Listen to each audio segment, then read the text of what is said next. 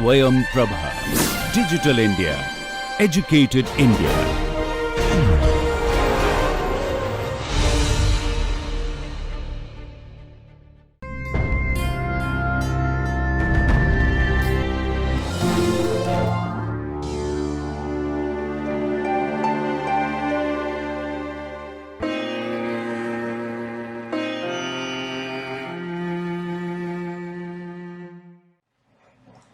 This is the third part of lecture 1, and here we will discuss the importance and scope of HRM.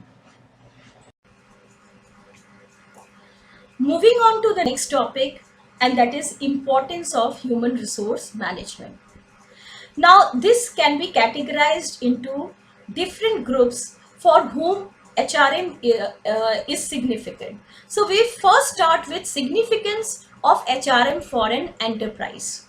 Now, it helps the enterprise in attracting and retaining talented human resources.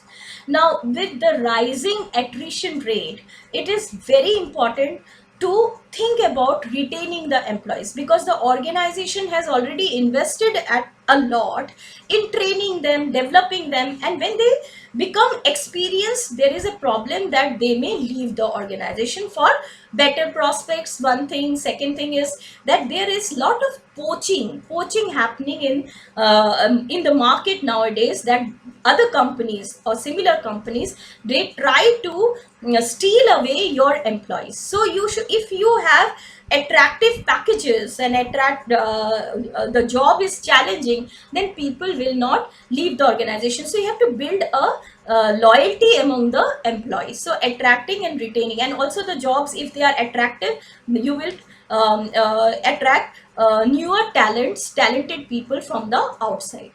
Then the second significance is developing the necessary skills and right attitude among the employees. So for that, you have to do training and development. So training and development will ensure that the organization has the right type of skills, not people with obsolete knowledge, and they have the right attitude to win for the organization. Then the third is ensuring effective utilization of human resources, that we have discussed earlier also, that optimum utilization of human resources is a very important goal for an enterprise, so that there are no shortages and there are no surpluses. You have a full control over the labor bill or the employee package, wages or salaries. So this can be ensured by human resource management.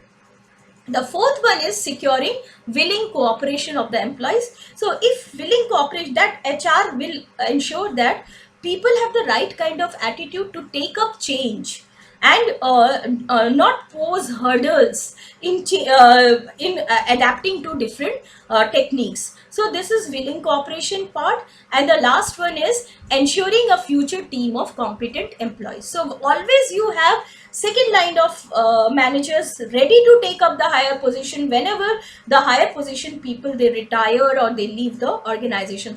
Also teamwork will be built, and that will reap in benefit in future. Now the significance of HRM for the employees. Now for employees, what it can ensure is maximum opportunity for personal growth and development of each employee. So we have discussed that earlier also. So opportunity for growth will be there. They can move to higher position because they will be trained well. They have undergone different development programs. Then the second is healthy relationships. So interpersonal relationships will be better.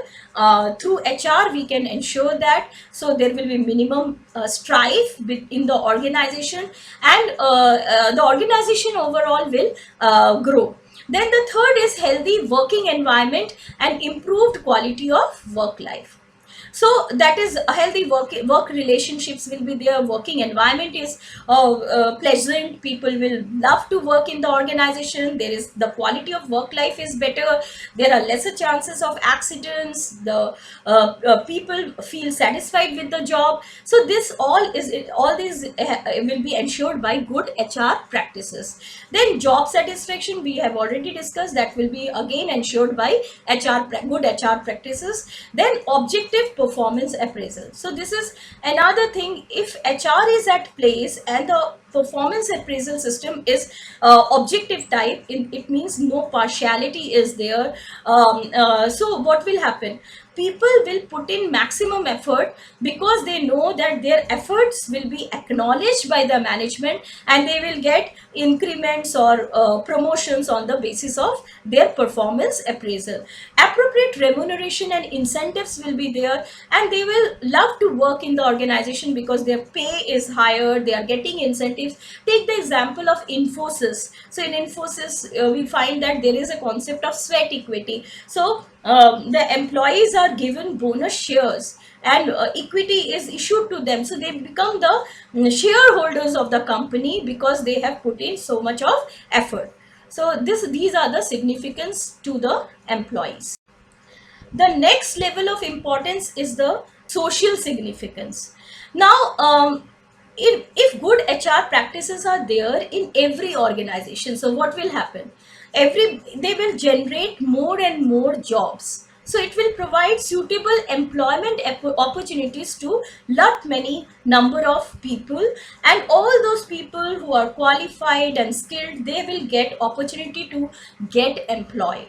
Then eliminating waste of human resources, that will be also when they are suitably employed, then there will be lesser wastage of human resources, and it is good for the nation also, because not only there will be growth in per capita income and GDP and all, but also you know that unemployed youth can be a burden on the society. Moreover, the social structure that may be affected by these unemployed youth.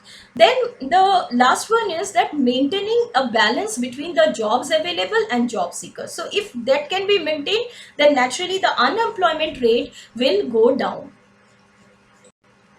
Now the last category of importance is, it is the national significance. Now good HR practices, if it is applied by all organizations, then what will happen? The nation as a whole will also grow. We have already talked about that GDP rates will be, GDP figures will be higher, per capita income will be higher, and also there will be lesser unemployment rate. It will also build efficient and committed manpower for the effective exploitation of a nation's natural resources, physical resources, and financial resources. The level of development in a country also depends upon the skill of its human resources, their attitudes, their values. So if they are people are gainfully employed in a nation, then it will ensure that the skill, attitudes, and values of the employees will be higher, and that will be beneficial for the nation. So people will be have a better work condition, as well as the standard of living in that country will also improve. So effective management of human resources helps to speed up the process of economic growth, which leads to higher standards of living. The scope of human resource management is very wide, and we have already seen the different functions of HRM, and that defines the scope of HRM as well. This can be divided into three major aspects. One is human resource aspect, which includes the manpower planning, recruitment, selection, placement, transfer, promotion, training and development, compensation, appraisal, and everything. That means all the procurement and training and development and compensation aspect is covered under human resource aspect.